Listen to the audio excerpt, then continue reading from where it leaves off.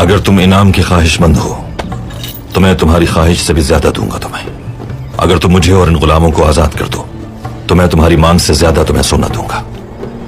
तुम्हारी रहमदिली देखकर मेरी आंखों में आंसू आ गए।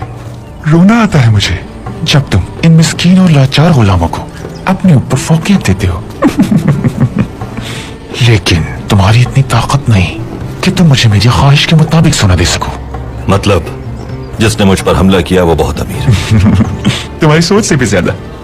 किसी बादशाह की तरह अमीर, या उसके किसी वजीर की तरह, या फिर जमींदार की तरह।